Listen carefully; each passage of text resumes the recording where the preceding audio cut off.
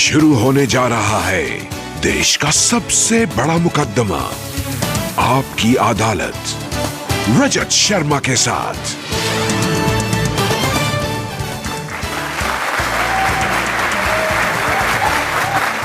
नमस्कार, आपकी अदालत में आपका स्वागत है। पिछले दिनों आप में से बहुत सारे लोगों ने मेल पर, फेसबुक पर, ट्विटर के जरिए, व्हाट्सएप के जरिए, एसएमएस के जरिए मुझे मैसेज भेजे एक ऐसे शख्स को आपकी अदालत में बुलाने के लिए जिसके बारे में कुछ लोग कहते हैं कि वो जब जबान खोलते हैं आग उगलते हैं, कुछ लोग कहते हैं हमारे दिल की बात कहते हैं।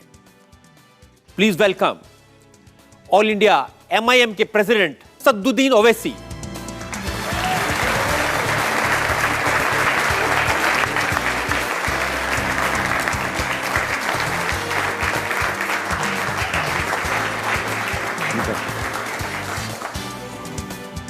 आज के इस शो में हमारे जज हैं भास्कर के national political editor Abhilash Khandekar,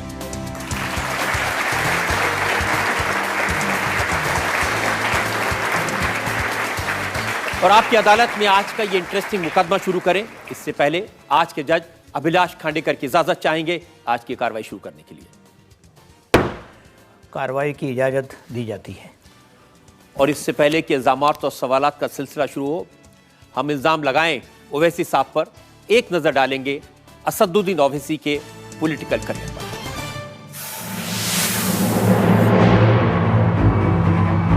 Asaduddin Owaisi all India मजलिस इत्तेहादुल मुसलमीन के प्रेसिडेंट हैं। असदुद्दीन ओवैसी और इनके परिवार का पुराने हैदराबाद इलाके में काफी रसूख है। ये इस इलाके से 3 बार लोकसभा का चुनाव जीत चुके हैं। असदुद्दीन ओवैसी के फादर सलाउद्दीन ओवैसी इसी कॉन्स्टिट्यूएंसी से 6 बार लगातार चुनाव जीते थे।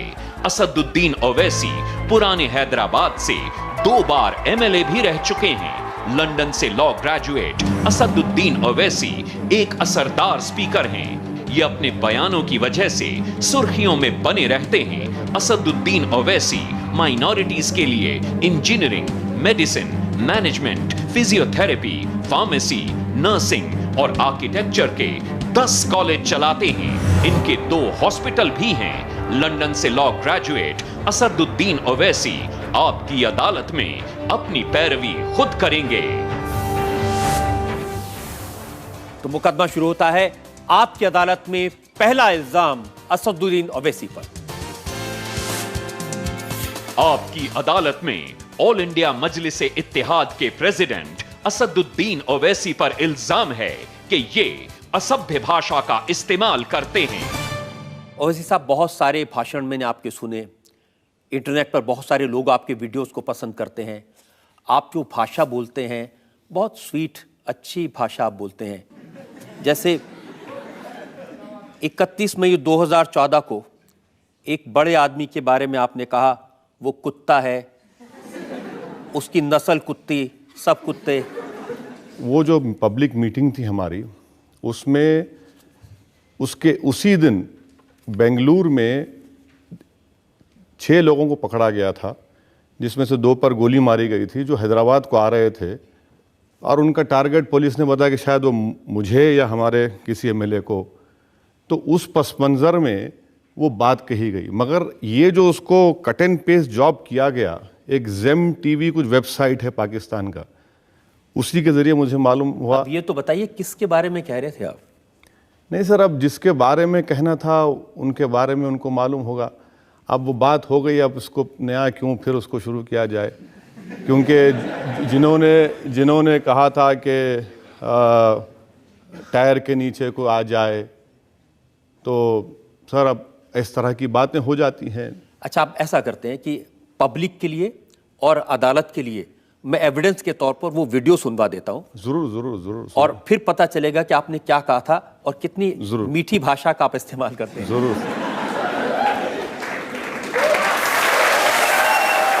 याद रखो नौजवानों, ये कुत्ते हैं, ये कुत्ते हैं, ये कुत्ते के बच्चे हैं। तुम अल्लाह की तरफ पलटो, ये खत्म होंगे इंशाअल्लाह ताला। जो हमको कुत्ते का बच्चा बोल रहा था, वो कुत्ता, उसकी नस्ल कुत्ते, सब कुत्ते।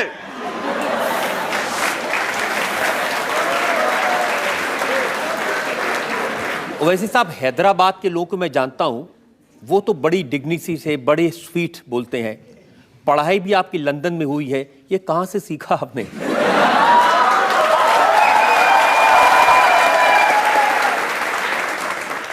ये हमने सीखा उन लोगों की बातें सुन सुनकर जो 50 साल से ये समझ रहे थे कि हम गूंगे हैं। हमने उनसे सीखा जो इन्होंने कहा था कि इस धरती को समताल होना पड़ेगा। 5 दिसंबर को कहा गया था। हमने उनको देख देख कर बोलना शुरू किया जिन्होंने कहा था कि एक धक्का और दो।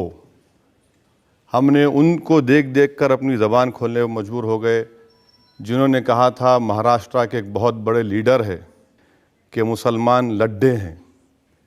हमने उन लोगों को सुना जिन्होंने कहा था कि हम रिलीफ कैंप इसलिए चलाएं ताकि आपका प्रोडक्शन सेंटर बढ़े।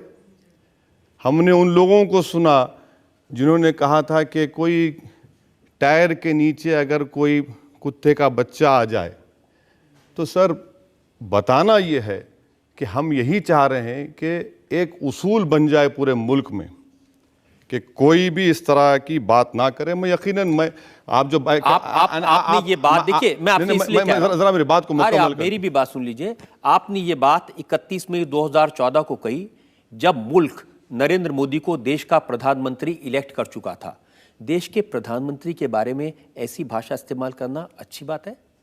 सर, जमहूरियत में अगर कोई मुल्क का वज़ीर आज़म बनने जा रहा है, क्या उनके लिए बात ज़ेबा देता कि वो ये कहें कि जो टायर के नीचे आ जाए वो कुत्ते का बच्चा? क्या ये इनके लिए ज़ेब देता जो हिंदुस्तान के वज़ीर आज़म बने थे अटल बिहारी वाजपेयी? हम दुआ करते हैं कि अल्लाह उनको सेहत दे कि इस धरती को समताल होना पड़ेगा। क्या इनके लिए ज़ेब देता जिन्होंने कहा था कि एक धक्का और दो, और वो ख़ुद हिंदुस्तान के होम मिनिस्टर और मिनिस्टर्स बन गए? तो ये चीज़ है कि आपकी बात सही है कि इस तरह की ज़बान का इस्तेमाल नहीं होना चाहिए, मगर थाली तो 2 हाथ से बचती है, एक हाथ से नहीं रोक सकती।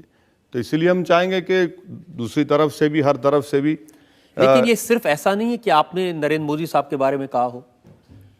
मुलायम सिंह यादव, उनकी भी बहुत सेवा की आपने।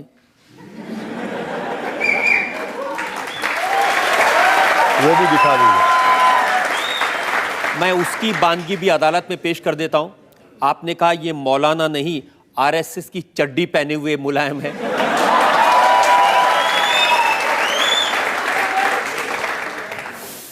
ये मुलायम सिंह ख्वाब देख रहा है, गैर जरूरी अपने आप को मौलाना मुलायम। ये मौलाना नहीं है बल्कि आरएसएस की चड्डी पहना हुआ मुलायम सिंह है। इसको शिकस्त देना है आजमगढ़ की आवाम को, और आजमगढ़ की आवाम को बताना है कि आजमगढ़ शिबली की सरजमीन है। अब मुलायम सिंह यादव तो कहते हैं कि वो जिंदगी भर आरएसएस के खिलाफ लड़ते रहे हैं, वो विश्व हिंदू परिषद के खिलाफ लड़ते रहे हैं। देखिए, समाजवादी पार्टी कब बनी? बाबरी मस्जिद के शहादत के उस मलबे के ऊपर समाजवादी पार्टी बनी, और हमेशा मुलायम सिंह यादव ने यही बात कहते रहे कि मैं मौलाना हूँ, और लोगों ने देख लिया कि ज़्यादा मुझे दूर जाने की ज़रूरत नहीं है। मुजफ्फरनगर में क्या हुआ, और उसके बाद इलेक्शन, पार्लियामेंट इलेक्शन के बाद 600 से ज़्यादा कम्युनल राइट्स और इंसिडेंट्स हुए। अखिलेश यादव के चीफ मिनिस्टर बनने के बाद कितने वाक़यात हुए। इसके बावजूद भी जो पार्टी अपने आप का बड़ा दावा करती है कि हम मुसलमानों के बहुत बड़े हमदर्द हैं, हर एतबार से वो लोग नाकाम साबित हुए। रिजर्वेशन का वादा किया गया था 16% देंगे, वो ख़त्म हो गया। बच्चों को छोड़ने की बात की गई थी, वो मजाक बन के रह गया। और फिर मुझे आज तक ये बात समझ में नहीं आई कि विश्व हिंदू परिषद के लीडरों के साथ मुलायम सिंह यादव ने वो जो 84 कोसी यात्रा से पहले कहा कि खैर सगाली मुलाकात है। 2 घंटे की मुलाकात, कोई मुग़ल आज़म पिक्चर देख रहे थे क्या मुलायम सिंह? 2 घंटे की मुलाकात, और उसके बाद आप देखिए सब तूफान मचता गया। तो ये असली चेहरा है मुलायम सिंह का, और इसको बेनकाब करना मैं समझता हूँ कि मेरा फ़र्ज़ है कि लोगों को बताऊँ। और आखिरी बात सर, आज़मगढ़ में मुझे 1-1.5 साल से जाने नहीं दिया जाता। मैं पार्लियामेंट में खड़े होकर अपनी बात को बोल सकता हूँ, मगर मुलायम सिंह क्योंकि वहाँ के MP हैं, परमिशन देकर हमको कैंसिल कर दिया जाता है। 4 मरतबा हो गया आजमगढ़ में। आप आग लगा देंगे आजमगढ़ में जाएंगे तो? नहीं सर, अगर मैं आग लगाता हूं, अगर मैं आग लगाता हूं या फिर मुलायम सिंह को मैं नीचे गिराता हूं, ये तो वक्त तय करेगा। अगर मैं जाकर कोई गलती करता हूं, आप मुझ पर फौरन केस बुक करिए। मैं कई मरतबा वहाँ के एसपी से बात किया, मैंने कहा कि अगर मैं गलत बोलूँगा, आप बोलिए कि रुक जाइए, मैं रुक जाऊँगा। मतलब हम इस मैदान में हैं, इस सियासत में हैं, आप हमको जेल को ले जाइए, केस बुक करिए, हम तैयार हैं। लेकिन आप कहते हैं कि दूसरे ऐसी भाषा बोलते हैं उससे आप सीखते हैं। क्या कभी मुलायम सिंह ने इस तरह की भाषा का इस्तेमाल किया? मुलायम सिंह यादव ने, खैर उनको बात ही करना नहीं आता सर, क्या बात करेंगे वो। अब उस पर क्या, मैं उन पर ज्यादा पर्सनल अटैक नहीं करना। क्या नरेंद्र मोदी ने कभी ऐसी भाषा का इस्तेमाल किया? सर अगर आपके पास रिकॉर्ड होगा, मैं आपको आउटलुक मैगजीन का हवाला दे रहा हूं। जब 2002 के उस बड़े प्रोग्राम और जेनोसाइड के बाद जब असेंबली के इलेक्शन हुए, तो उस वक्त के चीफ मिनिस्टर गुजरात के अपने तकरीरों में क्या क्या नहीं कहा। जेम्स लिंगडो, अहमद भाई पटेल, मियां मुशर्रफ, क्या हम ये कैंप्स चलाएंगे इसलिए कि यहां पर प्रोडक्शन सेंटर हो जाए आपका? सर आप भूल चुके होंगे, मैं तो नहीं भूला। नहीं, मैं बिल्कुल नहीं भूला और मेरे पास पूरा रिकॉर्ड है। और जब वो आपकी अदालत में आए तो हमने उनसे पूछा था और उन्होंने कहा कि मुझे माफी मत दो, अगर मैंने गलती की है तो मुझे फांसी पर लटका दो। उन्होंने कहा 125 करोड़ देशवासी मेरे भाई हैं, चाहे नोच डालो, भेदभाव नहीं करूंगा। लेकिन आप कुत्ता ऐसी भाषा का इस्तेमाल करते? सर भेदभाव की आप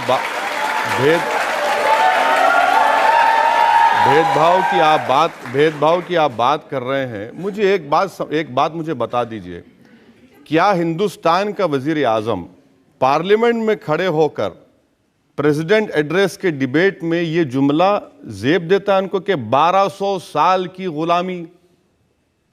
क्या मतलब था उसका? 1200 साल की गुलामी से हमको आजादी मिली। 650 साल तो मुसलमान भी हुकूमत की है उस मुल्क में, तो क्या वो भी गुलामी थी? मैं मानता हूं अंग्रेजों के खिलाफ हम तमाम ने मिलकर लड़ा, वो गुलामी का वक्त था, मगर उसको आप 1200 साल की बात करते। दूसरी बात, 15 अगस्त को लाल खिले से वजीर आजम ने कहा कि 10 साल का मॉरेटोरियम होना चाहिए कम्युनल राइट्स के ऊपर। 10 साल क्यों, 100 साल चाहिए, ले लीजिए। मगर ये कैसे टास्क मास्टर हैं, वो बोलते कुछ हैं और फिर उन्हीं के एमपी योगी कुछ और बोल देते हैं। ये कैसे टास्क मास्टर हैं कि साक्षी महाराज बोलते कि पूरे मदरसे टेररिज्म के सेंटर हैं और फिर वजीर आजम की हुकूमत 200 करोड़ देती है मदरसों को। ये कैसी बात है, मुझे समझाइए आप। कि एक वजीर मनिका गांधी कहती है कि गाय को काटा जा रहा है, कैटल को काटा जा रहा है, फिर ये हुकूमत जो मशीनरी आती है उस जानवर को काटने के लिए, इंपोर्ट ड्यूटी 10 से 6% कर देती है। तो ये जो है ना सर, ये जो आपकी बात बिल्कुल नहीं, ये जो जेकिल एंड हाइड की पर्सनालिटी है, आप मेरी बात से मुत्तफिक नहीं हो सकते, मगर मैं जो आपके सामने हूं वो अंदर भी हूं और बाहर भी हूं। मगर ये बात कि भाई मैं इस दूध का धुलावा हूं, मगर मेरे साथी कर रहे हैं, मुझे मत बोलिए, मैं उसका जिम्मेदार नहीं हूं, ये कैसे हो सकता है? ये हमको बता दीजिए कि आप चीफ मिनिस्टर थे, अभी आपने कहा कि मैं भेदभाव नहीं करता हूं। अक्षरधाम का जजमेंट आया, जिस वक्त बीजेपी रिजल्ट आया, सुप्रीम कोर्ट ने कहा कि इन मुसलमानों को टारगेट बनाया गया और इन्वेस्टिगेशन गलत किया गया और इनको सिर्फ नाम की बुनियाद पर 10 साल 11 साल उनके खराब हो गए। क्या ये भेदभाव नहीं है? मुझे ये बता दीजिए कि क्या ये भेदभाव नहीं है कि आज गुजरात में कोई अगर अपना घर बेचना चाहता है तो हुकूमत से परमिशन लेना पड़ेगा। आज वजीर आजम बोलते हैं मैं गंगा को साफ कर दूंगा, मगर क्या यह बात गलत है सर कि वहां पर जुहापुरा के इलाके में पूरा अहमदाबाद का जो मेडिकल हॉस्पिटल्स का जो गंदगी है, वेस्ट है, वो लाकर वहां पर डंप किया जाता? ये हम बातें करते हैं तो लोगों को पसंद नहीं आता। आपकी सारी बातें ठीक है। नहीं ठीक नहीं है, सही है गलत है, बता दीजिए। आपको सारी बातें कहने का हक है और बहुत सारी बातें लोग गलत करते हैं, कहने का हक है, लेकिन कुत्ता कहना, ये मुझे समझ नहीं आया। नहीं सर, आप इस बात को समझ लीजिए कि जिन्होंने हमको ये कहते हैं कि टायर के नीचे कोई कुत्ते का बच्चा आ जाए, वो भी नहीं उसके सर देखिए सर, मेरी बात अल्फाज को फिर कर मैं ही बोल सकता हूं। वो भी सवाल हमने पूछा था उनसे, और मैं बताता हूं उन्होंने क्या जवाब दिया था। हमने उनको पूछा था कि क्या आपने मुसलमानों की तुलना पपी से की, जो शब्द उन्होंने इस्तेमाल किया था। उन्होंने कहा कि मैंने किसी को पपी नहीं कहा, मैं तो अपनी संवेदना व्यक्त कर रहा था, और मैं तो ये कहना चाहता था कोई चींटी मरती है तो भी दर्द होता है, तो ये कहना कि मैंने किसी को चींटी कह दिया, ये उनकी थिंकिंग हो सकती है। सर, इशरत जहां का एनकाउंटर की फाइल जो आईबी के ऑफिसर के प्रोसिक्यूशन के लिए गवर्नमेंट ऑफ इंडिया में रुकी हुई है, दे दीजिए सैंक्शन दे दीजिए ना, कौन रोक रहा है आपको? कम से कम वो पहुंच जाएगा। आज जो लोग ये कहते हैं कि मैं इंसाफ कर रहा हूं, कि क्या मुझे एक बात बता दीजिए, क्या ज़किया जाफरी के आंख में डालकर कोई कह सकता है कि हां तुमसे इंसाफ होगा? बता दीजिए। सोहराबुद्दीन, ये तो सारे मामले अदालतों के सामने है ना। सर ये भी तो अदालत है। यहां पर आपने मुझे कटहरे में लाकर बिठा दिया तो मुझे अपना डिफेंड तो करना पड़ेगा। सोहराबुद्दीन के भाई को, सोहराबुद्दीन का भाई आज इंसाफ के लिए लड़ रहा है। आज जितने लोग एनकाउंटर किए गुजरात में, वो पूरे सर्विस में आ गए। सर क्या ये भेदभाव नहीं है? किसी के भाई को आप पुलिस वाले के ऊपर इल्जाम लगा रहे हैं, वो जेल में रहता है, निकलता है, आप उसको सर्विस में ला लेते हैं, तो क्या मैसेज दे रहे हैं आप? आपको बिल्कुल हक है ये सब कहने का, लेकिन मैं बात दूसरी कह रहा हूं। सिर्फ नरेंद्र मोदी नहीं, उनसे आपकी शिकायतें हो सकती है। कोई उनसे मिलने जाए तो आप उसे हरामी कहते हैं। अच्छा, मैं आपको वो भी सुनवा देता हूं, आपको भी याद आ जाएगा किसको आपने मैं कहा जानता हूं। था। फिल्म स्टार के बारे में बात कर रहे हैं, मशहूर फिल्म स्टार हैं, और आपने कहा था इनको कौन पसंद आता है? वो हरामी नाचने गाने वाला एक्टर, वो पतंग फहरा रहा है, याद रख तेरी जिंदगी की डोर अल्लाह काटेगा, तू जाएगा कब्रिस्तान। वो हरामी जो नाचने गाने वाला एक्टर जो पतंग पिला रहा है, याद रख तेरी जिंदगी की डोर अल्लाह काटेगा, तू जाएगा कब्रिस्तान में, तो तुझे मालूम होगा कि कौन हीरो था, कौन हीरो नहीं है। नाम सलमान रखने से कोई सलमान नहीं हो जाता, सलमान रद्दी भी है। अब बताइए, जो एक्टर जिसको पूरे हिंदुस्तान की जनता मोहब्बत करती है, वो सिर्फ नरेंद्र मोदी से मिलने चले गए, तो आपने इतने सारे प्यारे प्यारे जुमले उनके लिए गए।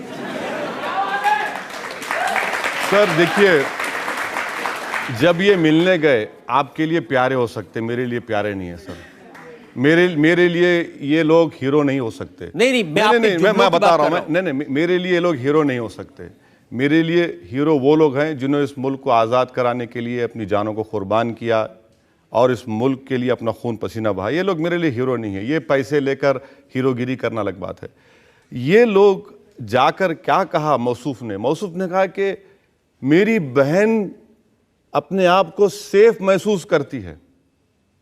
ये उनका, आप वो बता नहीं रहे हैं। मैं पूरा बता नहीं, वो जब किस पस मंजर में वहां पर कहा कि मेरी बहन बिल्कुल सेफ है वहां पर। हम ये पूछना चाहते कि कोई फिल्म स्टार अगर पॉलिटिक्स में आएगा और पॉलिटिशियंस की तायीद करेगा, तो वो अपने आप को नहीं समझ सकते कि नहीं मैं होली का हूं, मुझे कुछ मत बोलो, मैं तो एक्टर हूं। अगर आप आकर किसी पॉलिटिशियन की तायीद कर रहे हैं तो फिर वो ओपन होते हैं। और अगर ये देखिए, वो तो अपनी फिल्म का टैक्स माफ करवाने के लिए चीफ मिनिस्टर के पास गए थे, और वो सब चीफ मिनिस्टर से मिले थे। अगर वो फिल्म का टैक्स माफ करवाने के लिए गए, कितने चीफ मिनिस्टरों से मिले? सब चीफ मिनिस्टर से मिले थे। नहीं सर, हमारे आंध्रा को आए, ना कई रियासतों को नहीं गए। अच्छा, वो फिल्म फ्लॉप हुई, सुना मैं। फ्लॉप कैसे हो गई सर? अगर इतने प्यारे हीरो हैं आपके, आप कह रहे हैं कि वो नहीं, अगर इतने प्यारे हीरो हैं आपके, फ्लॉप कैसा हो गई? फ्लॉप क्या उसकी जिम्मेदारी मुझ पर डाल देंगे आप? बिल्कुल डालेंगे, क्योंकि आपने लोगों से कहा कि ये फिल्म मत देखो। अरे सर, मैं कौन होता हूं किसको बोलने वाला, नहीं बोलने वाला? जमहूरियत है, आज हर चीज को कोई। इसी तकरीर में आपने आगे लोगों से ये कहा था कि इसकी फिल्म देखने मत जाओ। सर देखिए, लोग देखें नहीं देखें वो तो आवाम की मर्जी पर मुनहसर है। लेकिन उसके बावजूद उस फिल्म ने 100 करोड़ का बिजनेस किया था। मुझे नहीं मालूम कितने करोड़ का किया सर, मुझे परवाह भी नहीं है कि वो 1000 करोड़ का करे। एक और एक्टर की बात बताता हूं, ये तो आपके हैदराबाद के हैं, चिरंजीवी। उनके बारे में आपने कहा कि अगर हैदराबाद को यूटी बनाया तो तुम्हारी टूटी तोड़ देंगे। वो भी दिखा दीजिए, ये भी सुन लीजिए। हैदराबाद हमारा है, हैदराबाद सबका है, मगर ये यूटी की बात मत करो। तुम यूटी की बात करेंगे तुम्हारी टूटी ढीली कर देंगे हम। ये परमानेंट कैपिटल की बात मत करो चिरंजीवी, परमानेंट कैपिटल यूटी की बात मत करो। तुम बच्चे हो अभी, तुम शूटिंग करते करते कूद के वहां चले गए।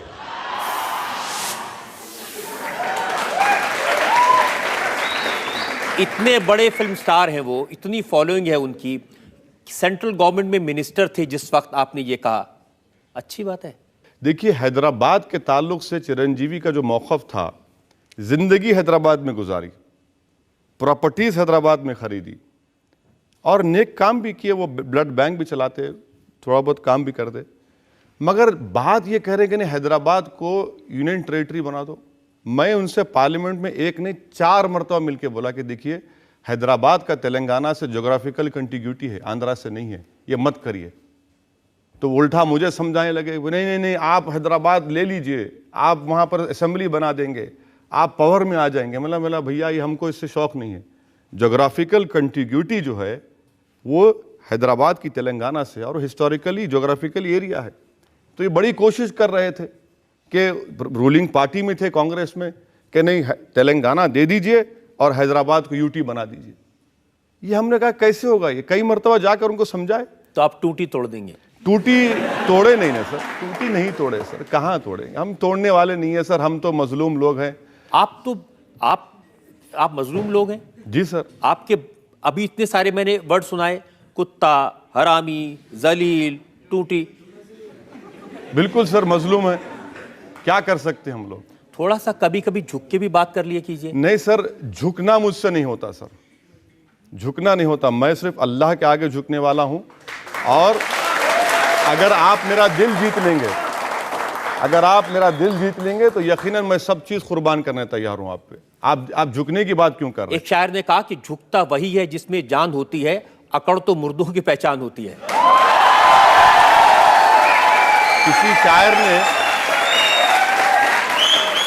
किसी शायर ने यह भी कहा, जरा नम हो तो बड़ी जरखेज है जमीन साखी। तो नम होने की जरूरत है, आप नम होइए, आप नम होइए, आप इनकिसारी का मुजाहरा करिए। आप हमको हिंदुस्तान में किराएदार मत समझिए, हम इस मुल्क के बाइज़्ज़त शहरी हैं। आप हमको ये मत समझिए कि तू वहां पर ठहर, हम यहां पर ठहरेंगे। ये मिजाज नहीं चलने वाला है, ये मिजाज नहीं चलने वाला। इस मुल्क का मिजाज तो ये है कि वो शायर कहता है कि नहीं, मुल्क की बात नहीं कर रहा हूं मैं। मेरा झगड़ा मुल्क से नहीं है, मेरा झगड़ा रजत शर्मा से हो सकता है, मेरा झगड़ा नरेंद्र मोदी से हो सकता है। क्यों झगड़ा होगा? नहीं, मिसाल के तौर पर अभी की बात कर रहे हैं, क्योंकि आपने मुझे कटहरे में खड़ा कर दिया और आप प्रोसिक्यूटर हैं, तो जाहिर है आप और हम बहस कर रहे हैं। तो बहस की बुनियाद पर मैं एक कह रहा हूं, मगर मुल्क से कोई झगड़ा कभी नहीं हो सकता, ना कभी होगा इंशाअल्लाह ताला। ये मुल्क हमारा था, है और रहेगा इंशाअल्लाह ताला। हम ये कह रहे हैं कि जो मुल्क में जो इख्तिदार पर बैठने वाले हैं वो ये ना समझें कि मेरे मुकद्दर के फैसले वो करेंगे और मेरे मालिक हैं। नहीं, वो मेरे मालिक नहीं है, इख्तिदार उनको जरूर मिला है, वो सबको एक इंसाफ की नजर से देखें। लेकिन ये आप मानते हैं कि इस मुल्क में सब लोगों को मिलकर रहना चाहिए? सर मैं तो फिर आपसे कह रहा हूं ना कि इस दुनिया में ये वाहिद मुल्क है, दुनिया में कोई ऐसा मुल्क नहीं है जहां पर इतने मजहब के मानने वाले, इतनी तहजीब, इतने त्योहार, इतनी ज़बानें, दुनिया में कौन सा मुल्क ऐसा है। तो मेरा झगड़ा मुल्क से कभी नहीं था, ना रहेगा इंशाअल्लाह ताला। आप मानते हैं कि एक शायर ने कहा, ए चांद तू किस मजहब का है, ईद भी तेरी और करवा चौथ भी तेरी। ये हमारा मुल्क है। बिल्कुल सर, क्यों आप ईद और करवा चौथ की बात करें? क्या यहाँ पर क्रिसमस नहीं मनाया जाता? क्या यहाँ पर ट्राइबल लोग अपनी ईद नहीं मनाते? कि यहाँ पर सिख लोग अपनी त्यौहार नहीं मनाते? यही तो कह रहा हूं ना, यहाँ पर कितने त्यौहार, कितने मजहब हैं। ये इस मुल्क की डाइवर्सिटी उसकी ताकत है, इस मुल्क की रूह इसका प्लुरलिज्म और इथॉस है। और अगर कोई इस प्लुरलिज्म इथॉस को खत्म करने की बात करेगा तो आप बताइए फिर क्या होगा इस मुल्क का? आप क्या करेंगे अगर कोई इस तरह के इथॉस को खत्म करने की बात करेगा? उसके साथ आप क्या करेंगे? सर, आप किस तरफ इशारा लेकर जा रहे हैं, मैं उसके आता हूं उसकी तरफ। तो मैं मैं आपको बता, मैं आपके सवाल का प्रीजत जवाब दे देता हूं। मैं जरा एक ब्रेक मुझे लेना है, वक्त हो गया। एक ब्रेक के लिए हम रुकेंगे और ब्रेक के बाद हम असदुद्दीन ओवैसी साहब से पूछेंगे उन लोगों के बारे में जो इस देश में लोगों को बांटने की कोशिश कर रहे हैं। आपकी अदालत में इल्जाम और सवालात का एक और दौर, एक ब्रेक के बाद। आपके छोटे भाई अकबरुद्दीन ओवैसी साहब, वो लोग कहते हैं ना, बड़े मियां तो बड़े मियां, छोटे मियां सुभान अल्लाह। वो कहते हैं कि 15 मिनट के लिए पुलिस हटा ली जाए, 25 करोड़ मुसलमान ये 100 करोड़ आबादी को ठीक कर देंगे। सर, ये अब आप इसमें भी मुझे जिम्मेदार बना देंगे क्या?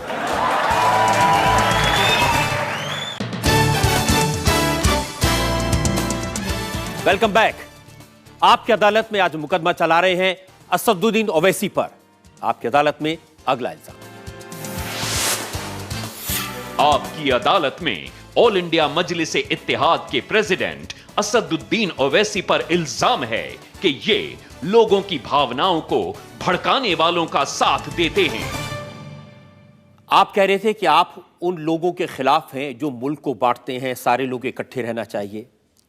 आपके छोटे भाई अकबरुद्दीन ओवैसी साहब, वो लोग कहते हैं ना, बड़े मियां तो बड़े मियां, छोटे मियां सुभान अल्लाह।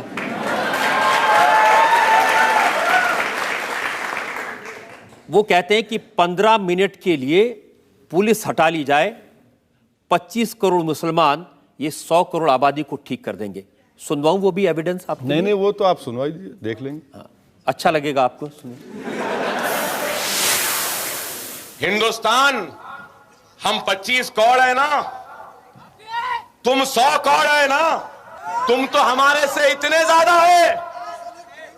15 मिनट के लिए पुलिस को हटा लो, बता लेंगे किसमें हिम्मत है, कौन ताकतवर है।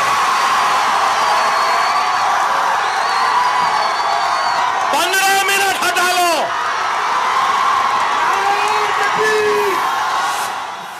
22 दिसंबर आदिलाबाद की स्पीच है, ये देश को जोड़ने की बात है। अब क्या करेंगे इनके बारे में आप? मैं जिस वक्त ये कंट्रोवर्सी इरप्ट हुई, उस वक्त कई टीवी चैनल्स मुझसे बात किए, बशमूल आपके भी लोग बात किए थे। मैंने उनसे कहा कि भैया आप मुझे बुला लीजिए, मैं तैयार हूँ इस पर आके बहस करने के लिए, मगर होना ये चाहिए कि 1-to-1 डिस्कशन हो।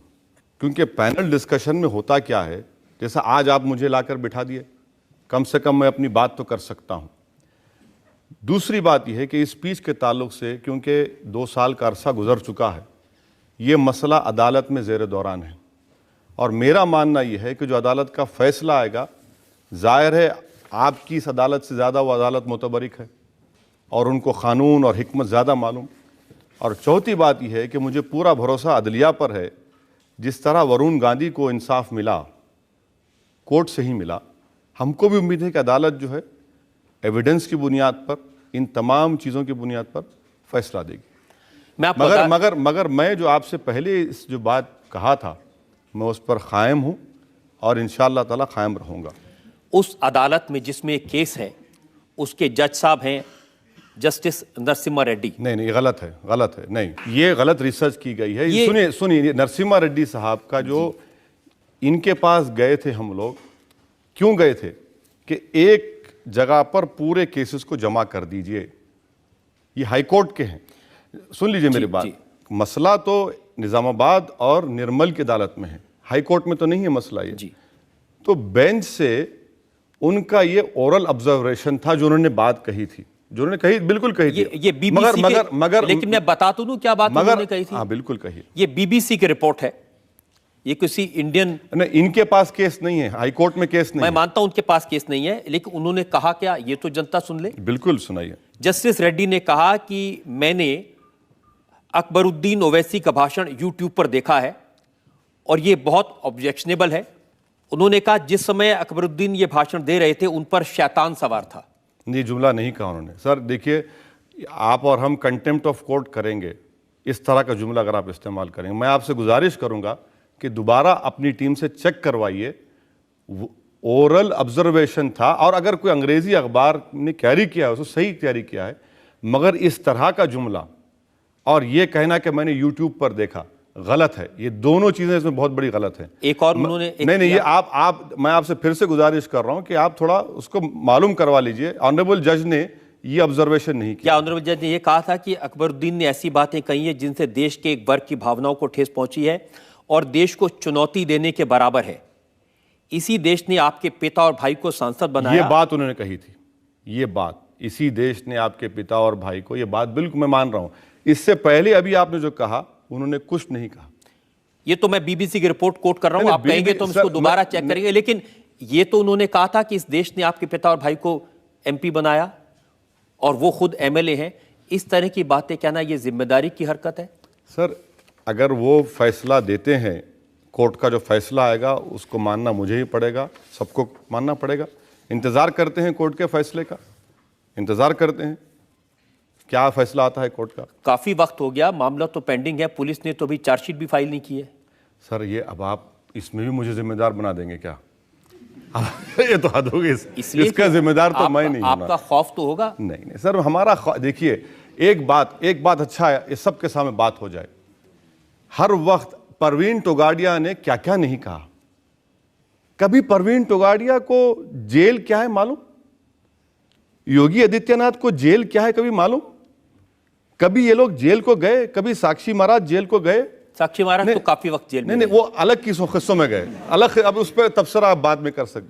मगर आप जब बात कर रहे सो कॉल्ड एलिज हेट स्पीच की, हमको ये बात समझ में नहीं आती कि अकबरुद्दीन ओवैसी पर जब एक केस बुक हुआ, वो लंदन से वापस आए, भागे नहीं, वापस आए, सरेंडर किया, 2 महीने उनको जेल में रहना पड़ा और 2 महीने के बाद उनको बेल हुई।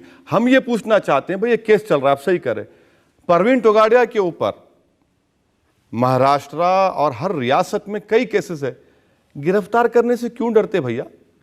योगी आदित्यनाथ को पकड़ने से क्यों डरते आप क्यों गिरफ्तार नहीं किए महाराष्ट्र के बहुत सर, आप ये मुझे बता दीजिए कि गिरफ्तार इनको क्यों नहीं करते आप?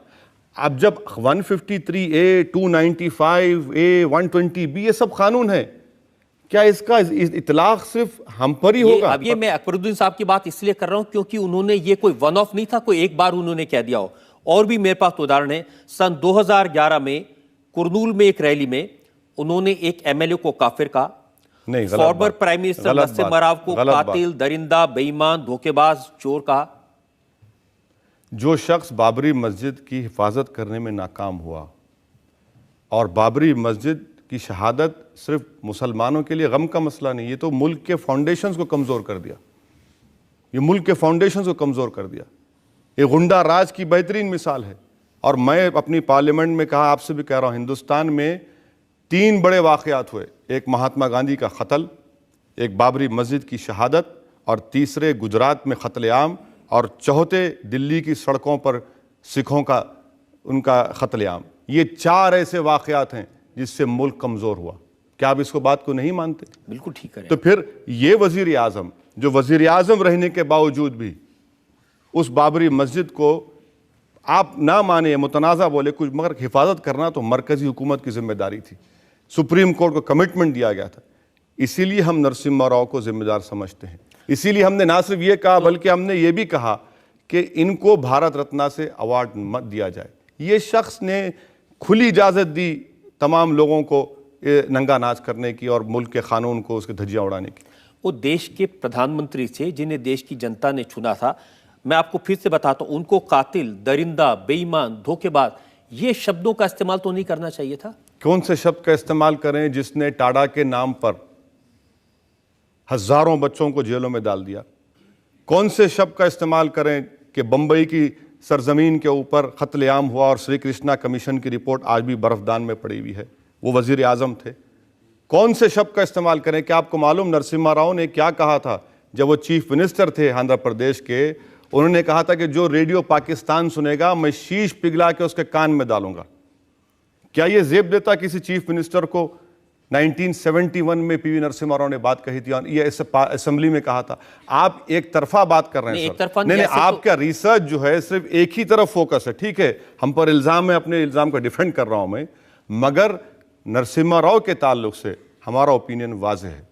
आपके भाई साहब ने हैदराबाद में आंध्र प्रदेश की पुलिस को नामर्दों की फौज करार दिया। पुलिस को नामर्दों की फौज करार दिया, पुलिस को नहीं कहा। वो जुमला मुझे अच्छी तरह याद है। वहां पर किसी एक बच्ची की अस्मत रेजी की गई थी, गुंडे गैम्बलिंग का सेंटर चला रहे थे, तमाम बुराइयों का एक मरकज एक इलाका बन चुका था। और अगर पुलिस नहीं करेगी और अगर हम जाकर करते हैं तो बोलेंगे आप अपने हाथ में कानून ले लिए। ये चीजें हैं, इसका सर आप बैकग्राउंड भी थोड़ा देख लीजिए।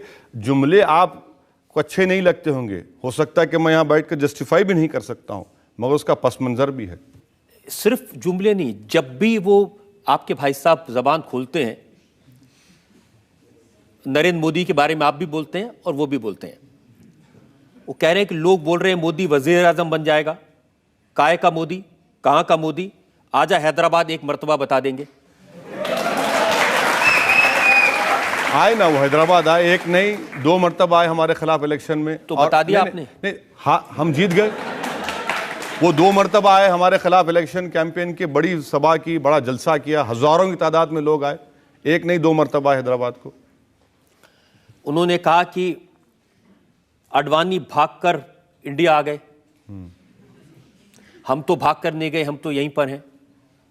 किसी को तो छोड़ दीजिए। आपने बोला कि मुल्क आपके लिए सबसे ऊपर है। फिर जब आपके भाई ने वो बयान दिया था कि 15 मिनट में पुलिस हटा दो तो हम हिंदुओं को दिखा देंगे कौन ज़्यादा पावरफुल है, आपको नहीं लगता बड़े होने के नाते आपको वहाँ कुछ बोलना चाहिए था या आपको उन्हें समझाना चाहिए था? मैं इसीलिए तो आपसे अर्ज कर रहा हूँ, वहाँ पे अगर कोई सांप्रदायिक हिंसा हुई होती सर, मेरे तो उसके लिए कौन रिस्पॉन्सिबल होता? मेरे भाई, इसीलिए तो मैं आपसे कह रहा हूँ कि कोर्ट का जो फैसला आएगा इंतज़ार करिए। कोर्ट को कानून आपसे और मुझसे ज़्यादा मालूम। आप इस बात को तो मानते हैं ना? Yes sir. कोर्ट के फैसले का इंतजार करिए। वो कोर्ट की बात नहीं कह रहे, बड़े भाई होने के नाते कान खींचना चाहिए था, ऐसा क्यों बोल रहे हो?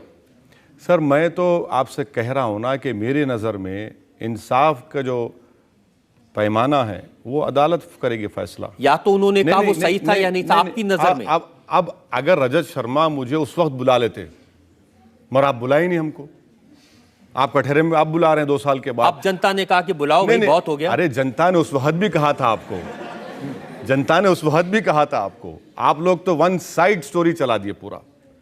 मगर जो कोर्ट का फैसला होगा उसका इंतजार करिए। कोर्ट का फैसला ठीक है, लेकिन जो वो पूछ रहे, मैं उनकी बात का जवाब चाहता हूं। उन्होंने कहा बड़े भाई के होने के नाते, ज्यादा समझदार होने के नाते। अच्छा, मैं शुक्रिया सर आपका। आप मुझे समझदार कह रहे हैं। तो उस समझदार बड़े भाई से और ज्यादा एक्सपीरियंस भाई से पूछ रहा हूं कि क्या छोटे भाई ने जो बयान दिया था, आप सहमत हैं उससे कि उन्होंने नहीं जो कहा? सर, इसमें अब इतना वफ़ा गुजर जाने के बाद ये सवाल मैं समझता हूं कि इनफ्रक्चुअस है, क्योंकि अब कोर्ट सवाल नहीं, अब इस पर तबसरा करना एक मैटर सब जुडिस है। अदालत फैसला करेगी, इंतजार करिए ना सर। मैं तो भाई का दिल क्या कहता है ये पूछना चाहता हूं। भाई का दिल क्या कहता है वो घर की बात मैं अवाम में क्यों करूंगा? आपके घर में भी आपके भाई हैं, क्या आप बताते लोगों को? मैं बताता, अगर मेरा भाई ऐसा करता कान खींचता। नहीं, आप खींचते होंगे, लगता होगा। मगर आपके भाई नहीं है ना पॉलिटिक्स में, आपके भाई तो नहीं है पॉलिटिक्स में। नहीं, वो चाहे पॉलिटिक्स में होते चाहे किसी भी प्रोफेशन में होते। मगर जो भी कोर्ट का फैसला होगा वो कोर्ट तय करेगी इंशाल्लाह। और मेरा छोटा भाई, क्या बड़ा भाई भी ऐसे कहता तो भी कान खींचता होगा सर। अच्छा है सर, क्योंकि मुल्क के खिलाफ कोई बात कहे, मुल्क को चैलेंज करे, इसको किसी को माफ नहीं करना। कोई माफ नहीं कर सकता ना, चाहे वो बाबरी मस्जिद की शहादत हो, चाहे महात्मा गांधी का कत्ल हो, गुजरात में मासूम लोगों का कत्लेआम हो, या दिल्ली की रोडों पर सिखों का कत्लेआम हो। बिल्कुल माफ मत करिए, बिल्कुल माफ नहीं कर। लेकिन अगर कोई ये कहे कि 15 मिनट के लिए पुलिस हटा लो, अब ये जो चीज है ये कोर्ट फैसला करेगी। जिस तरह से आप प्रोसिक्यूट कर रहे हैं, मुझे लगता है कि गवर्नमेंट को आपको वहां पर लॉयर बनाकर भिजाना चाहिए।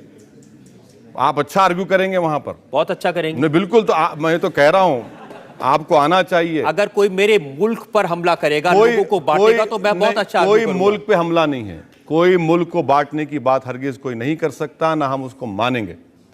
मसला कोर्ट में है, कोर्ट फैसला करेगी, उसका इंतजार करिए। चलिए जनता से पूछ लेते हैं जो लोग इस बारे में कुछ कहना। आप यहाँ थर्ड रो में। जैसे आप कह रहे हैं नरेंद्र मोदी जी के बारे में कि वो कातिल हैं, वो दरिंदा हैं, इससे ज़्यादा भी आपने कुछ कहा है, मैं कह नहीं सकती उनके बारे में।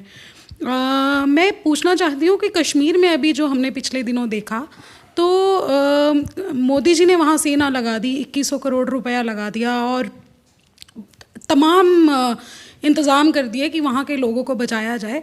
तो आपने वहाँ पे क्या किया? आपने कितने करोड़ भेजे, या फिर कितने दिन आपने वहाँ पे लगाए, या फिर आपने उन लोगों की क्या मदद की जो हमारे मुस्लिम भाई बहन हैं? जवाब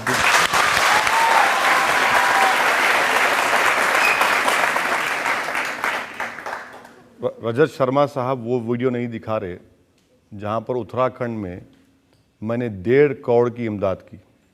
उत्तराखंड में हमारे लोग डॉक्टर्स की टीम गए, मेडिसिन लेकर गए, दवाएं सामान लेकर गए। सब दिखाने की जिम्मेदारी मेरी है, आपकी भी कुछ है?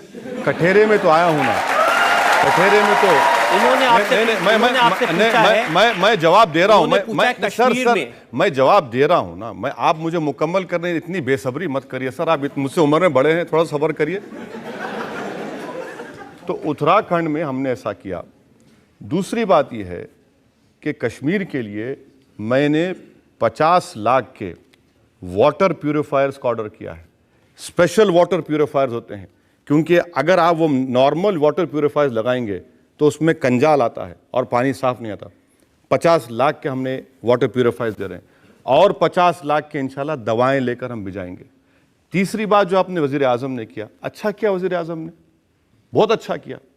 वो मुल्क के वजीर आजम हैं और कश्मीर हमारे मुल्क का अटूट हिस्सा है और कश्मीरी हिंदुस्तान के शहरी हैं और उनकी बराबर हमको मदद करनी चाहिए। बल्कि कश्मीर को अच्छी तरीके से अब तो रेस्क्यू रिलीफ के बाद रिहेबिलिटेशन होना चाहिए और अच्छा कि हम उसकी तारीफ करते हैं, उसमें कौन सी बुरी बात। चलिए आपकी तारीफ करनी चाहिए, कम से कम किसी बात में तो आपको नरेंद्र मोदी की तारीफ की आपने? नहीं, तारीफ नहीं की सर, तारीफ नहीं, अभी तो नहीं, तारीफ नहीं की। तो ये उनकी ड्यूटी है। आज वो वजीर आजम है, हमने उनकी मुखालिफत की, और इंडिया के प्राइम मिनिस्टर हैं, उससे कोई इनकार नहीं कर सकता। और इंडिया के प्राइम मिनिस्टर जब हैं तो पूरे मुल्क के शहरी उनके लिए बराबर होने चाहिए। अच्छा किया उन्होंने कश्मीर में किया, और भी करने की जरूरत है। ये तारीफ नहीं है, तारीफ नहीं है। आप इसको तारीफ देखते हैं तो मैं कुछ नहीं कर सकता। अभी एक खबर आई थी कि भारत में हैदराबाद में से 15 स्टूडेंट्स ISIS में भर्ती होने के लिए यहाँ से उन्होंने कोशिश की थी और वो पकड़े गए थे। तो वो भी हैदराबाद में हुआ था। और ISIS क्यों ज्वाइन करना चाहते हैं और आपका इसके बारे में क्या कहना है?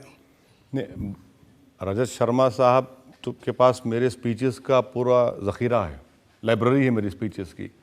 मगर रजत शर्मा साहब के पास मेरे 4 स्पीचेस मिसिंग हैं जो मैंने रमज़ान में जलसे में किए थे मक्का मस्जिद में, जहाँ पर मैंने ओपनली कंडेम किया ISIS को, जहाँ पर मैंने उनसे मुतालबा किया कि हमारे जो हिंदुस्तानी उनके पास होस्टेज हैं उनको फ़ौरन रिहा किया जाए, जहाँ पर मैंने कहा कि वो लोग जो हरकत कर रहे हैं वो इससे इस्लाम का कोई ताल्लुक़ नहीं है। और चौथी बात यह है कि जो आखिरी मेरी पब्लिक स्पीच हुई वो आपके रिसर्च टीम ने जिसको मिस कर दिया, जिसमें मैंने उन बच्चों से मुखातिब होकर कहा, वो 4 बच्चे थे, 14 नहीं 4, उनसे कहा कि भैया अगर जिहाद करना है तो पार्लिमानी जमहूरियत में पॉलिटिक्स में आओ और संघ परिवार से मुल्क के सेकुलरिज्म के ख़िलाफ़ तोड़ने और मुकाबला करो। मुसलमानों में इल्म की कमी है, इलिटरेसी ज़्यादा है, उसके ख़िलाफ़ जिहाद करो। गरीबी है, उसके गरीबी के ख़ात्मे के लिए जिहाद करो। ये स्पीच भी तो है, कभी ये भी तो रुख दिखा दीजिए। आपको मौका तो दे रहे हैं अपनी बात कहने का। बात तो कह दिया मैं, ये इनको मालूम नहीं ना, इनको मालूम नहीं, इसलिए कह रहा हूं अगर आप इतना सब जो पहले दिखाया था वो भी इनको मालूम नहीं था। आज बहुत कुछ बातें नहीं, ये मालूम था, नहीं ये मालूम था इनको, ये तो बात नहीं, ये तो बात मालूम थी, ये तो बात मालूम। चलिए बहुत सारी ऐसी बातें जो लोगों को नहीं मालूम है वो मैं आपको बताऊंगा। मुझे एक ब्रेक के रुकना है और ब्रेक के बाद आपकी अदालत में ओवैसी साहब पर इल्जामात और सवालात का एक और जो कोर्ट की जो कार्रवाई है, जो कोर्ट में हमारी जो स्ट्रेटजी है, अब हर चीज़ को तो आवाम में हम बयान नहीं कर सकते ना। आप इंतजार करिए। नहीं इंतजार नहीं, मैं सिर्फ इतना नहीं नहीं, ये एक सबजुडिस मैटर है। कोई भगवान को गाली दे, आप कहीं स्ट्रेटेजी बना रहे हैं उसके लिए?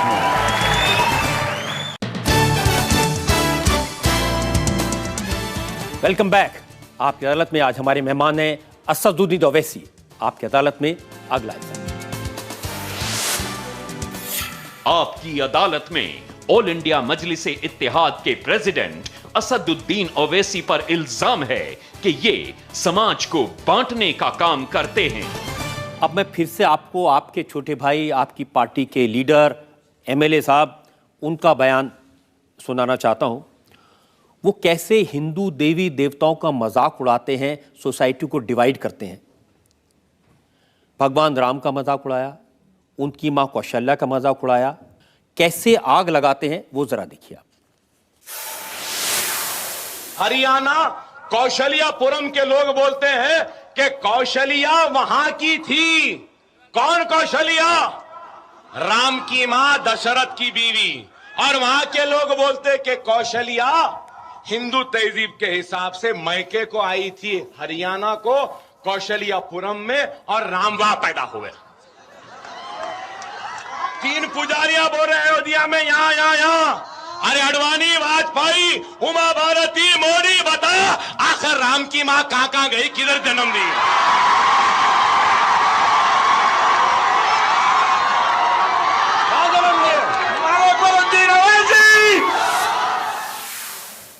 आप सपोर्ट करते हैं इसे? मैं कितने मर्तबा इस प्रोग्राम में कह चुका हूं, आप उसी स्पीच का हवाला दे रहे हैं। मैं फिर से कह रहा हूं कि ये कोर्ट में है, कोर्ट फैसला करेगी उसके ऊपर, कोर्ट फैसला करेगी उसके ऊपर, एविडेंस की बुनियाद पर कोर्ट फैसला करेगी।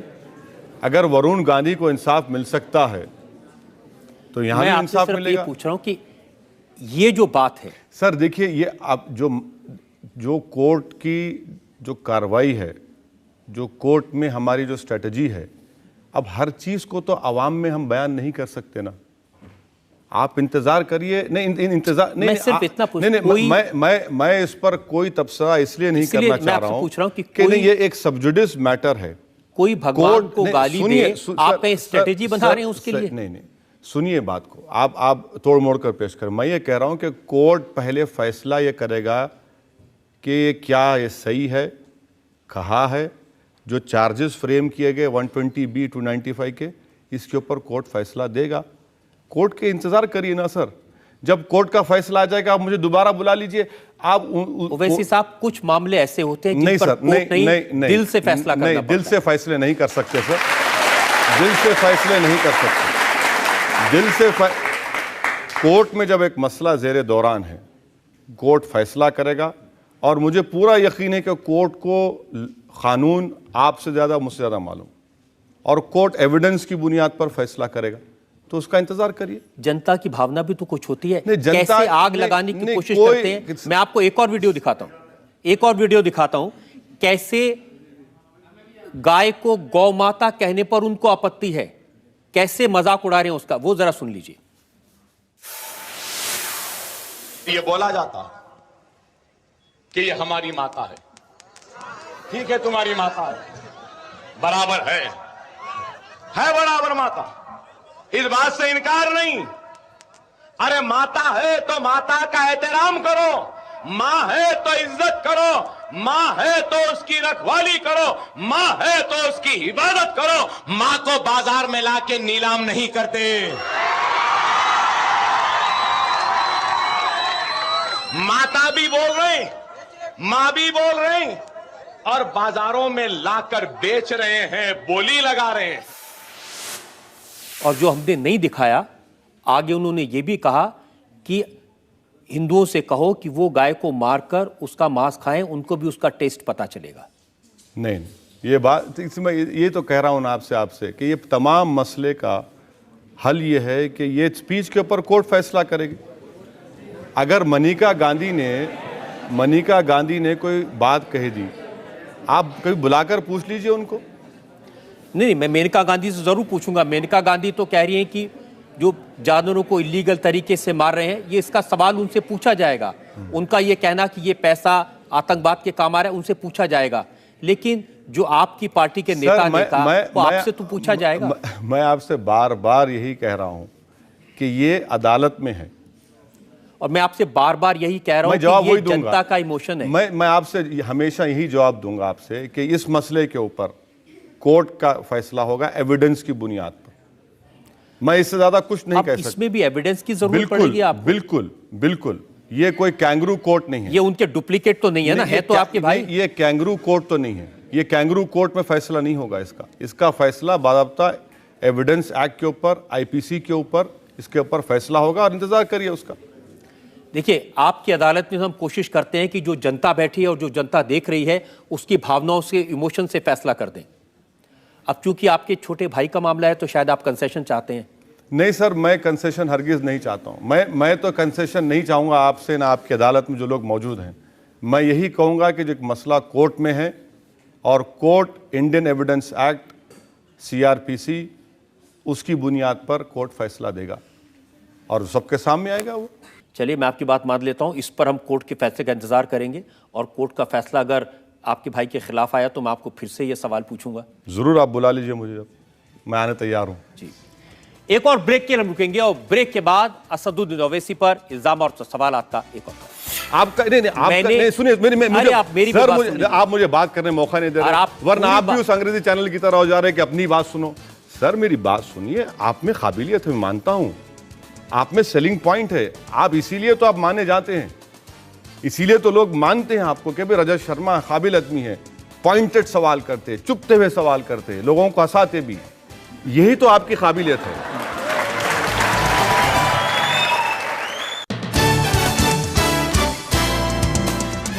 Welcome back. आपकी अदालत में आज मुकदमा चला रहे हैं असदुद्दीन ओवैसी पर। आपकी अदालत में अगला इल्जाम। आपकी अदालत में ऑल इंडिया मजलिस इत्तेहाद के प्रेसिडेंट असदुद्दीन ओवैसी पर इल्जाम है कि ये नफरत की सियासत करते हैं। महाराष्ट्र में इलेक्शन होने वाले हैं। मैंने आपका वो वीडियो देखा है जो आपने पब्लिसिटी के लिए बनाया है, जिसमें आपने कहा कि वो पूरी आवाज कह रही है कि लुट गया आवाम, पिट गया आवाम। ये गाना चलता नहीं, है। मैंने नहीं बनाया, हमारे पार्टी की तरफ से उसमें लिखा है कि MIM का वीडियो। नहीं, हम हरगिज कोई वीडियो नहीं बनाए। देखिए सर, सोशल मीडिया पर थोड़े दिन पहले एक पैम्फलेट बनाया गया जिसमें मेरी तस्वीर डाल दी गई और लिखा गया कि हिंदुस्तान के मुसलमान, पाकिस्तान अगर हमला करेगा तो हम पाकिस्तान का साथ देंगे, और मेरी फ़ोटो डाल दी। और कश्मीर में एक कश्मीर ऑब्जर्वर अखबार ने उसको चला दिया। मैं कोर्ट में गया, उनके खिलाफ, सामना अखबार के खिलाफ, और एक न्यूज़ पोर्टल है, कोर्ट से उनको चला गया है, उनको आना पड़ेगा हैदराबाद। क्रिमिनल डिफेमेशन मैंने फाइल किया है। मैंने वो पढ़ा, उन्होंने तो माफी मांग ली है। नहीं, माफी मांगने से तो नहीं होता ना सर। अब क्या करें? अब उनको आना पड़ेगा हैदराबाद, आकर हम उनकी मेहमान नवाजी करेंगे। कोर्ट में आएंगे वो, गलत मतलब मत लीजिए उसका, वो कोर्ट को आए वहां पर लड़े, क्योंकि मेहमान नवाजी से तो बहुत डर लगता है लोगों को। नहीं सर, मैं उनको बिरयानी तो नहीं खिला सकता ना हलीम खिला सकता हूं, और कोर्ट में तो हम पूछेंगे, कोर्ट में तो हम केस डाले हैं। लेकिन जो वीडियो मैंने देखा उसमें तो आप दिखते हैं और आप कह रहे हैं कि अब हम रोने वाले नहीं हैं, अब हम रुलाने वाले हैं, अब हम कांग्रेस को रुलाएंगे, अब हम एनसीपी को रुलाएंगे। हाँ सर, जरूरी है वहां पर, इसलिए जरूरी है रुलाना इनको वहां पर कितने साल से कांग्रेस की और राष्ट्रवादी कांग्रेस की हुकूमत है, 13% माइनॉरिटीज है, और जो बजट दिया जाता है 400 करोड़ रुपये। आंध्र प्रदेश, यूनाइटेड आंध्रा में 9% आबादी मुस्लिम्स की और बजट है 1050 करोड़ रुपये।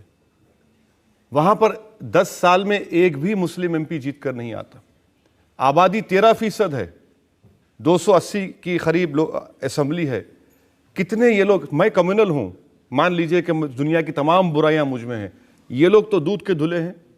भाई जिताओ, लेकिन आप नहीं, दूध के धुलों के साथ सर मेरी बात मुकम्मल प्लीज। आप जब मुझे इल्जाम लगा रहे तो मुझे डिफेंड तो करने दीजिए। तीसरी बात यह है कि मालेगांव का बम ब्लास्ट, आप प्रोसिक्यूटर हैं, मुझे बताइए, क्या एक ऑफेंस के लिए 2 लोग जिम्मेदार हो सकते हैं? क्या साध्वी प्रज्ञा ठाकुर ने मालेगांव का बम ब्लास्ट किया या फिर मुसलमान बच्चों ने किया? महाराष्ट्र की एटीएस कहती है मुसलमानों ने किया, एनआईए कहती है कि प्रज्ञा ठाकुर, कर्नल पुरोहित ने किया। बच्चों को बेल मिल जाती है कई सालों के बाद, ये लोग डिसाइड नहीं कर पाते। हिमायत बेग को फांसी की सजा हो गई, नया एविडेंस आया और ये बता दिया कि हिमायत बेग पूना से औरंगाबाद मोटरसाइकिल पर 3 घंटे में आता है। सर वो कौन सी मोटरसाइकिल है जो 3 घंटे में आप 300 किलोमीटर का सफर तय करें? और कोई टोल पर भी वीडियो कैमरास लगे, हिमायत बेग नजर नहीं आता। कितने बच्चे जेलों में हैं, कितने बच्चे अंडर ट्रायल्स हैं महाराष्ट्र की जेलों में? इसका जवाब तो इनको देना पड़ेगा ना सर। लेकिन आपने बहुत साल कांग्रेस का फायदा उठाया, नहीं, अब आप उन पर सवाल उठा रहे हैं। नहीं सर, देखिए जमहूरियत में फायदा नुकसान की बात मत करिए। अगर मैं ये कहूं रजत शर्मा ने किसी और टीवी चैनल में काम किया, फायदा उठाया, तो सही होगा बात। ये आज रजत शर्मा की इनफरादी काबिलियत है, आपकी काबिलियत है, आपका नहीं, आपका नहीं। सुनिए आप मुझे बात करने मौका नहीं दे रहे, वरना आप भी उस अंग्रेजी चैनल की तरह हो जा रहे हैं कि अपनी बात सुनो। सर मेरी बात सुनिए, आप में काबिलियत है, मैं मानता हूं, आप में सेलिंग पॉइंट है, आप इसीलिए तो आप माने जाते हैं, इसीलिए तो लोग मानते हैं आपको कि भाई रजत शर्मा काबिल आदमी है, पॉइंटेड सवाल करते, चुपते हुए सवाल करते, लोगों को हंसाते भी, यही तो आपकी काबिलियत है। तो इसको इल्जाम आप मुझ पे नहीं, आप मुझ पे इल्जाम तो नहीं लगा सकते। आप मुझे इल्जाम तो फायदा उठाए। सर फायदा क्या उठाया हमने? कौन सा मैंने मिनिस्ट्री का मुतालबा किया? मैं कौन सा? सर मैं आपको बात बता रहा हूं कि मेरी फकीरी में शाही है। मैं कोई चीज का, मैं ये कह रहा हूं कि भाई आप जिस लोगों का दावा करते, मैं मुसलमानों का लीडर नहीं हूं सर। मुसलमानों के लीडर तो मनमोहन सिंह, मुलायम सिंह यादव, अशोक राव चौहान, पृथ्वीराज, ये सब बड़े बड़े लोग मुसलमानों के लीडर हैं। मैं कहां हूं सर, मैं कहां हूं? और ये हमारा हाल। आज हम 13% हमारी आबादी और गवर्नमेंट की मुलाजिमतों में हमारा ये मौका। अगर अर्बन रूरल पॉवर्टी देखी जाए तो सबसे ज्यादा पॉवर्टी दलितों के साथ हमारी। महाराष्ट्र में सर आपको मालूम कितने मुसलमान बिलो पॉवर्टी लाइन रहते? 89% लोग। क्या ये बात जवाब देंगे लोग? इसका कौन जिम्मेदार है इसका, बताइए आप मुझे। हम तो स्टैटिस्टिक्स के जरिए बात कर रहे हैं। जिस तरह आपने पूरी तकारीर को निकाल कर दिखाया, मैं भी डेटा बता रहा हूं आपको। तो ये काम महाराष्ट्र में किया, और कांग्रेस से क्या फायदा सर?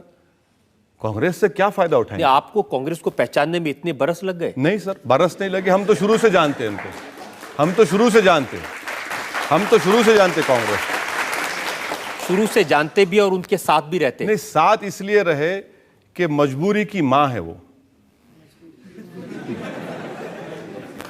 बीजेपी के साथ हम आइडियोलॉजिकली नहीं जा सकते क्योंकि आरएसएस उससे वाबस्ता है।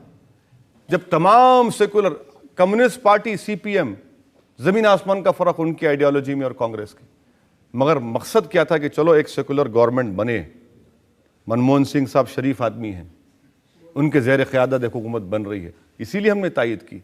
कोई कांग्रेस की हुकूमत की तायद कहां, यूपीए की हुकूमत। अब महाराष्ट्र में अगर आप कांग्रेस का विरोध करेंगे, एनसीपी का विरोध करेंगे, तो उसका फायदा बीजेपी शिवसेना को होगा। मुझे हो गया तो मुझे हो गया तो आप सर, आपको क्या इल्म गैब आता है क्या? फ्यूचर में क्या हो रहा है? कि आप भी एस्ट्रोलॉजी की दुकान खोलिए क्या? नहीं सर, ऐसा कैसा बोल रहे हैं आप? देखिए, नहीं, मैं मानता हूं कि आपको जिंदगी का बहुत बड़ा तजुर्बा है। आपके बाल जो काले हैं, सफेद भी हैं, वो इसी तरह तो सफेद नहीं हुए धूप के नीचे, तजुर्बे की बुनियाद पर हुए। मगर मुझे फायदा हो सकता है। और दूसरी बात यह है कि मैं तो सेकुलरिज्म का कूली नहीं हूं। मैं सेकुलरिज्म का कूली नहीं हूं कि मेरी जिंदगी का मकसद कि सिर्फ कांग्रेस, एनसीपी कामयाब हो जाए। मेरा मकसद यह है कि भाई इंसाफ हो, हिंदुस्तान की 13% जो अक़लियत है मुसलमान, उनसे इंसाफ हो। आपका मकसद यह है कि कांग्रेस भी हार जाए, शिवसेना हार जाए, बीजेपी हार जाए, बस ओवैसी साहब जीत जाए। बुरी बात क्या है? बुरी बात क्या है? अगर 60 साल के बाद अगर ऐसा होता है तो मैं समझूंगा अच्छी बात है। ये कब तक मैच फिक्सिंग चलेगा कांग्रेस का और ये बीजेपी शिवसेना का, कि या तू या मैं या तू? कब तक चलेगा सर? बदलना तो चाहिए ना। ये लोग कब तक ऐसा मैच फिक्सिंग करते रहेंगे? ये मैच फिक्सिंग है महाराष्ट्र में पूरा, कि हम उतर जाएंगे तो आप बैठ जाइए, हम बैठेंगे तो आप इंतजार करिए। हम ये बता रहे हैं कि भैया और भी कोई लोग हैं जो आपको एक्सपोज करेंगे। हम यकीनन बीजेपी शिवसेना की मुखालिफत करेंगे जरूर, और हो सकता है कि हमको कामयाबी मिले वहां पर। देखिए, आपको वोट मिलेंगे नहीं मिलेंगे ये तो मुझे उसकी फैसला सर देखिए जनता करेगी महाराष्ट्र। बिल्कुल सर, देखिए हो सकता है कि मैं मेरी जिंदगी में जो ख्वाब देख रहा हूं उस पर नाकाम हो जाऊं, मुझे उसकी परवाह नहीं है, मगर मैं जो उसूल और जो बातें कर रहा हूं उसको आवाम कबूल करती है तो बहुत अच्छा है। जमहूरियत की तो यही तो खूबी है। अब ये जमहूरियत में जो आवाम यहाँ बैठी है, इनसे पूछते हैं ये लोग जो आपसे सवाल पूछना चाहते हैं। जी हाँ, भी आपने शुरू में आके कहा कि मुलायम सिंह चड्डी पहने हुए हैं, लेकिन ये अभी जो बीत गई ईद, उसमें उन्होंने सारे मंदिर से लाउड स्पीकर उतरवाने का आदेश दे दिया। अभी विधानसभा में उनको ज़्यादा सीट आई चुनावों में, तो सारा फायदा तो वो उठा रहे हैं। नतीजा जो आया है जी, तो बीजेपी हार गए उसमें, तो क्या आपको तकलीफ हो रही हार गई तो? नहीं, वो पूछ रहे हैं कि आपको खुशी हो रही है? नहीं, मुझे खुशी उस वक्त होगी। मेरा मानना यह है कि ये जो 100 दिन है, ये 100 दिन ये काफ़ी नहीं है। अभी इंतज़ार करिए, 9 महीने कम से कम किसी हुकूमत को दीजिए, मालूम होगा कि वो क्या करना चाह रहे हैं। मगर ये 100 दिन में जिस तरीक़े से किताबों में तब्दीली, जिस तरीक़े से कहा गया कि नहीं भाई वो बत्रा साहब ने क्या क्या कह दिया, अगर मैं कहूँगा तो आप बोलेंगे ये भी हेट स्पीच है। बत्रा साहब ने जो कह दिया अपनी किताबों में वो लिखा। फिर उसके बाद मोहन भगवत का बयान कि ये हिंदू राष्ट्र है, गोवा के डिप्टी चीफ मिनिस्टर का बयान, फिर पूना में जो बच्चे को मारा गया, प्राइम मिनिस्टर की खामोशी इस पर, फिर ये तमाम बातें जो हो रही हैं, ये तो थोड़ा आपको लगता नहीं है कि बोल रहे कर रहे हैं, हो रहा है? बिल्कुल बोलना चाहिए, ज़रूर कहना चाहिए। तो वो ये देखिए, इसीलिए आपको मौका दिया, आप अपनी बात। नहीं, मैं तो अपनी बात रखा हूँ। चलिए जनता से पूछ लेते हैं जो लोग इस बारे में कुछ कहना। मैं सिर्फ ये जानना चाहती हूँ कि अच्छा ठीक है, आप मानते हैं कि सारे मुसलमान ये पाकिस्तानी नहीं सोच रखते हैं, लेकिन हर आतंकवाद मुसलमान ही क्यों होते हैं?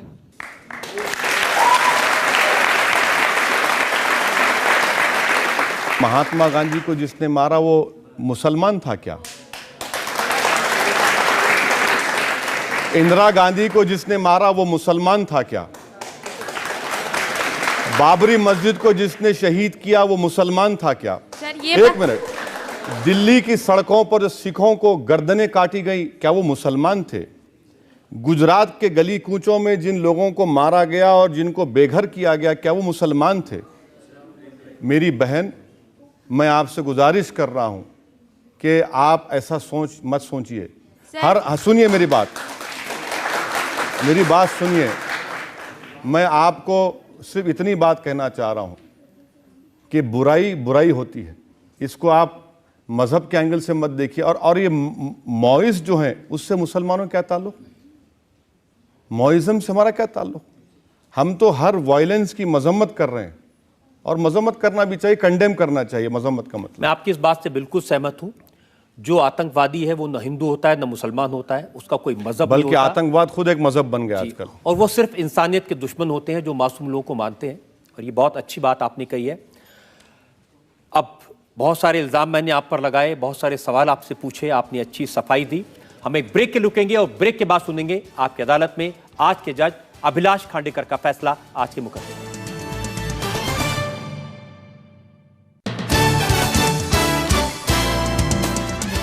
Welcome back. आपकी अदालत में आज ने मुकदमा चलाया असदुद्दीन ओवैसी पर। उनसे पूछा उनकी हेट स्पीचेस के बारे में, उनसे हमने पूछा उनकी सियासत के बारे में, उनसे पूछा हिंदू और मुसलमान में डिवाइड पैदा करने के इल्जामात के बारे में। अब वक्त है आपकी अदालत में आज के जज अभिलाष खांडेकर का फैसला। आज के फैसले में मैं ओवैसी साहब की प्रशंसा में कुछ शब्द ज़रूर कहूँगा, और वो लफ्ज़ ये हैं कि वे बहुत होशियार हैं। लंदन से वकालत सीख के आए हैं, लंदन से वकालत सीख के आए हैं, लेकिन भड़काऊ भाषण देने में वो बाज नहीं आते हैं। भारत में हिंदू मुसलमानों में लड़ाई दरार पैदा करने की लगातार कोशिश करते रहते हैं। भारत की संसद के वे सदस्य हैं, लेकिन अपनी भाषा को वे काफ़ी बार असंसदीय भाषा की ओर ले जाते हैं, जिससे कई बार समाज में टेंशन पैदा करते हैं। तो ओवैसी साहब ने 4 बड़े महत्वपूर्ण मुद्दे कहे पिछले कुछ सालों के, उन्होंने कहा कि गांधी की हत्या, बाबरी मस्जिद, गुजरात के दंगे, सिखों का कत्लेआम, ये बहुत ही महत्वपूर्ण लेकिन न आलोचना करने योग्य घटनाएं हैं। लेकिन होशियार ओवैसी साहब ने बम्बई के बम विस्फोट और संसद के हमले के बारे में कुछ नहीं कहा। इससे पता लगता है कि वे किस तरीके की राजनीति करना चाहते हैं।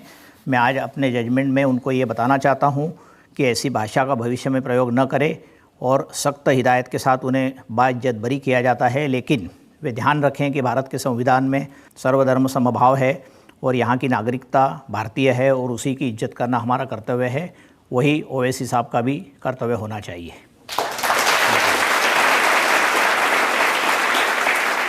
आप कुछ कहना चाहते हैं जजमेंट के बारे में ओवैसी साहब? मैं जज साहब ने जो फैसला दिया है, मैं आपके फैसले की इज़्ज़त करता हूं, मगर मैं अपने डिफेंस में इतना ही कहना चाह रहा हूं कि मैंने जिन 4 वाक़यात का जिक्र किया था कि महात्मा गांधी का कत्ल, बाबरी मस्जिद की शहादत, दिल्ली में सिखों का कत्लेआम, गुजरात की सरज़मीन पर मासूम लोगों का कत्लेआम, इसका यह मतलब नहीं है कि मैंने पार्लियामेंट पर जो हमला किया गया है उसकी मैं कंडेम नहीं करता उसको। ये गलत आपने सोच लिया। दूसरी बात, जज साहब आपसे अदबन आपसे गुजारिश करना चाहूँगा कि बम्बई में जो बम ब्लास्ट हुआ, आपने गलत सोच लिया। बड़ी इज़्ज़त के साथ आपसे अर्ज़ कर रहा हूँ कि मैं उसकी तायीद करता हूँ, नहीं, हम उसकी मज़म्मत करते, हम हर तशद्दुद की मज़म्मत करते। मगर मेरी नज़र में ये जो 4 वाक़यात हैं, ये हिंदुस्तान को हिला कर रख दिए थे। हिंदुस्तान की जो हमारी सेकुलरिज़म का फाउंडेशन है उसको कमज़ोर करने की कोशिश थी। इसीलिए मैंने इसका जिक्र किया। यकीनन मैं पार्लियामेंट में जो हमला उसकी मज़म्मत करता हूँ, जो बम्बई में बम ब्लास्ट हुए उसकी मज़म्मत करता हूँ, जो बम्बई में बम ब्लास्ट से पहले जो फसाद हुआ उसकी मज़म्मत करता हूँ। इस उम्मीद के साथ, इस यकीन के साथ, ओवैसी साहब जो इतने अच्छे भाषण देते हैं, अपनी स्पीचेस का इस्तेमाल लोगों में एकता लाने के लिए करेंगे, हिंदू और मुसलमान को साथ लाने के लिए करेंगे और देश की भलाई के लिए करेंगे। आज का मुकदमा यही खत्म करते हैं। अगले हफ्ते आपसे मुलाकात होगी एक नई शख्सियत के साथ। तब तक के लिए नमस्कार।